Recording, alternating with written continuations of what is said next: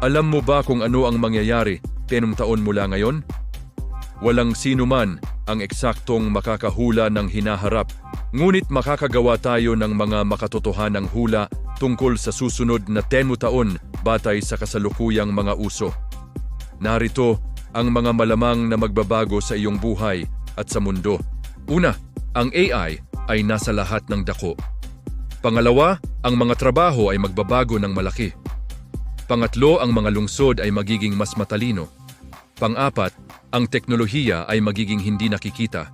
Panlima, ang mga epekto ng pagbabago ng klima ay magiging mas malakas. Pang-anim, ang kalusugan ng isip ay magiging mas malaking pokus. At pang-pito, ang halaga ng pamumuhay ay tataas. Sa madaling salita, ang buhay mo sa loob ng tamon-taon ay hindi gaanong nakasalalay sa mundo at mas nakasalalay ito sa iyo. Ang hinaharap ay nangangahulugan ng mas maraming teknolohiya, mas mabilis na pagbabago at mas maraming kompetisyon.